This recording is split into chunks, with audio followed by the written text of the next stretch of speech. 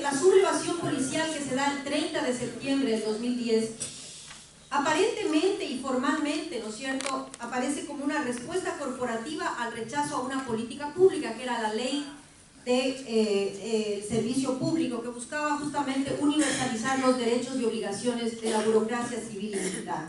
Pero en este marco de oposición virulenta, de una política pública tendiente a afectar estos poderosos intereses por una parte, ¿sí?, y los intereses corporativos, se evidencia que es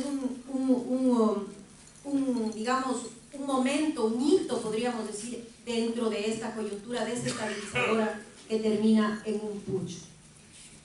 Y es un golpe de Estado porque si partimos de una visión de lo que es un golpe de Estado, nosotros entendemos al golpe de Estado como un mecanismo forzoso de transmisión de mando que utiliza la violencia armada por parte de un pequeño pero crítico segmento del aparato estatal que se usa luego para desplazar al gobierno del poder del Estado. Y eso es lo que sucedió en el Ecuador, ¿sí? Es decir, un pequeño segmento muy crítico dentro del Estado, que nada menos y nada más la Policía Nacional, que tiene 40.000 efectivos, ¿sí?, más un sector es un sector de la policía más un sector del ejército, se movilizaron, utilizaron la violencia armada, ¿sí?, porque nos asfixiaron con las bombas y hasta nos dispararon. Hay 8 muertos y 275 heridos fruto de este intento de golpe.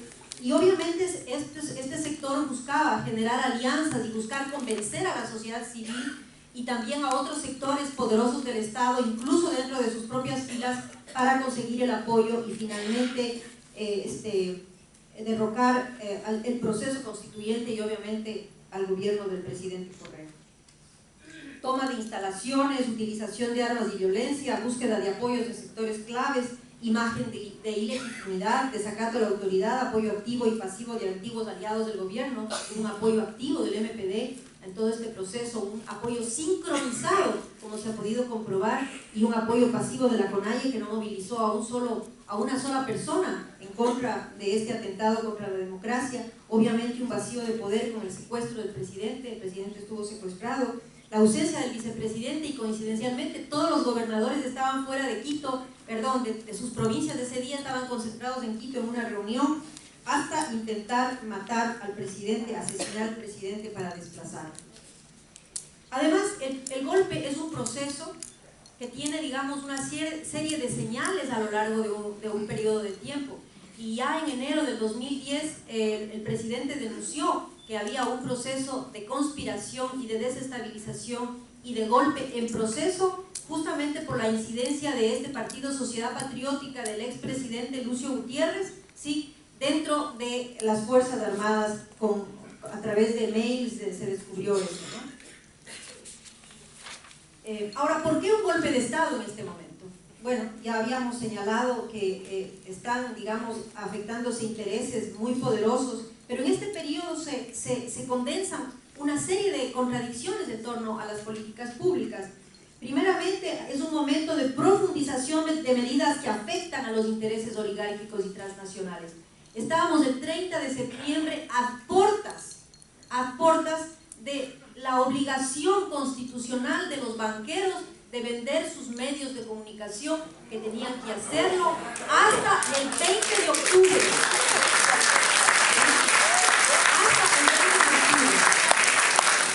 Y por otro lado, a portas de la renegociación de los contratos con las compañías petroleras, que pasaban de la contratación que pasaban a la contratación por servicios prestados mucho más ventajosa para el Estado y sin la posibilidad ¿cómo se llama?, de estas auditorías, no son auditorías, sino arbitrajes internacionales. Ya el Ecuador ya negó eso, y a través de esta renegociación de contratos se cerraba toda esa posibilidad. Y por otro lado, la agenda programática, la agenda de reformas, está en este momento en el Ecuador en un punto de inflexión.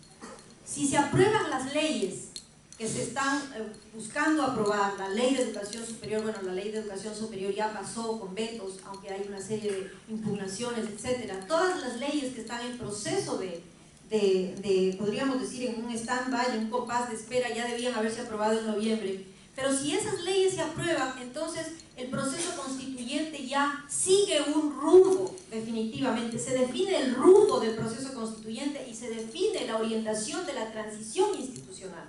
En este momento, si hay un golpe, por ejemplo, no habría pasado nada en el Ecuador, por más que hemos aprobado una nueva constitución, por más que tenemos una asamblea constituyente, por más que hay una serie de cambios, ¿sí? Pero lo que necesitamos es ese marco legal que permita justamente definir el rumbo del proceso constituyente, definir la transición institucional. Entonces, en ese sentido, pues, estamos en un punto de inflexión del rumbo del proceso constituyente. Y obviamente también porque se busca en este proceso digamos, erradicar esta sobredeterminación del corporativismo en la escena pública, en una búsqueda justamente por modernizar, democratizar y nacionalizar el Estado.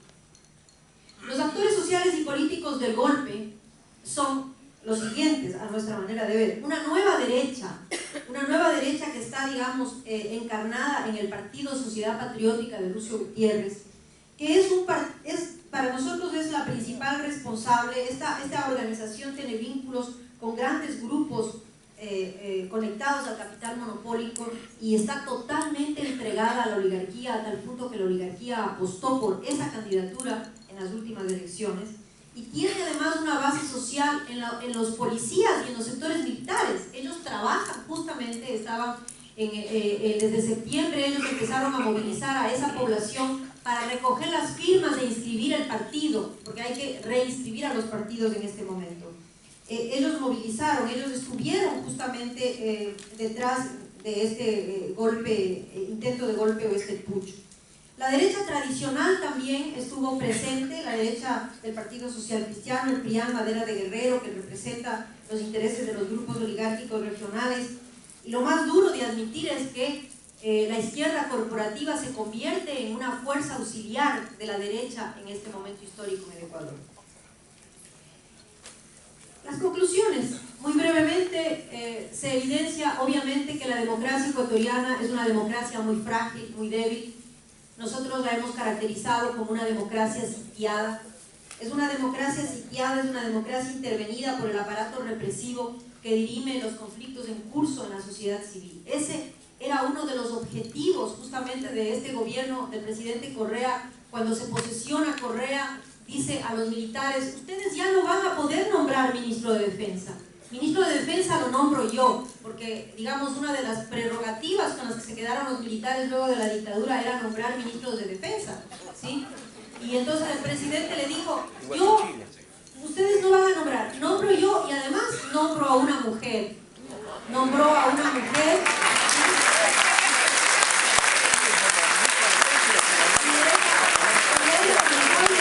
Murió a los 9 días en un accidente de avión. ¿Qué bajó? Entonces, el gobierno justamente ha buscado encarnar en los militares y en la policía el hecho de que tiene que estar subordinado el poder militar al poder civil.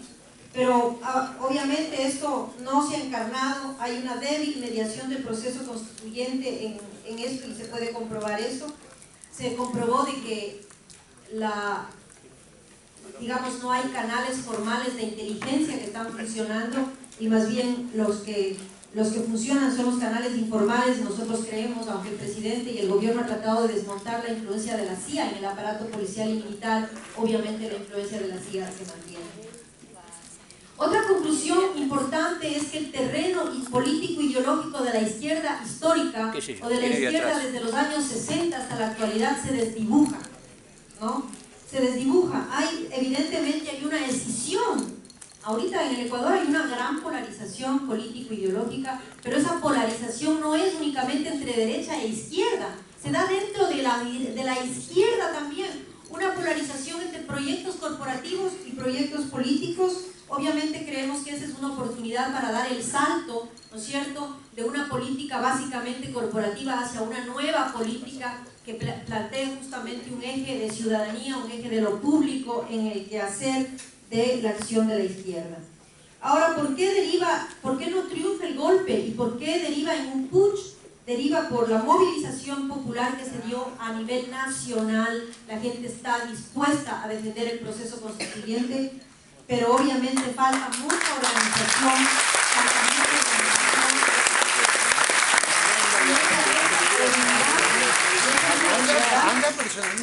mucha esa es la debilidad del proceso. No tenemos una base orgánica y eso es lo que hay que construir. Obviamente también es un factor la división de la fuerza pública. No hubo una cohesión de la fuerza pública en torno al golpe y el control de los medios de comunicación públicos del gobierno, que obviamente enfureció a los medios de comunicación. Nosotros creemos que mientras se mantenga la agenda de cambio, el golpe se torna en una función latente, es decir, estamos viviendo en el Ecuador un proceso muy delicado, muy serio. Nosotros creemos que la conspiración está en curso y que el golpe es una función latente, y obviamente en esta coyuntura esto se va a acentuar porque estamos viviendo un momento de incandescencia en términos de la aprobación de estos proyectos de ley que, si se convierten en ley, entonces definen el rumbo. Obviamente creemos que la respuesta de las fuerzas de derecha, golpistas, de negar el intento de golpe, de negar el secuestro del presidente y de negar el intento de magnicidio, lo único que hacen es comprobar que ellas estuvieron en la conspiración y que va a continuar la conspiración. Es un anuncio de que va a continuar la conspiración desestabilizadora del gobierno.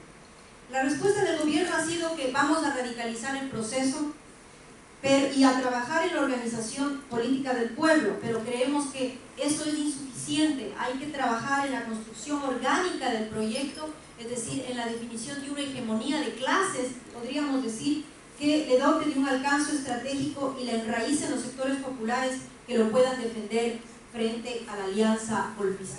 Muchas gracias.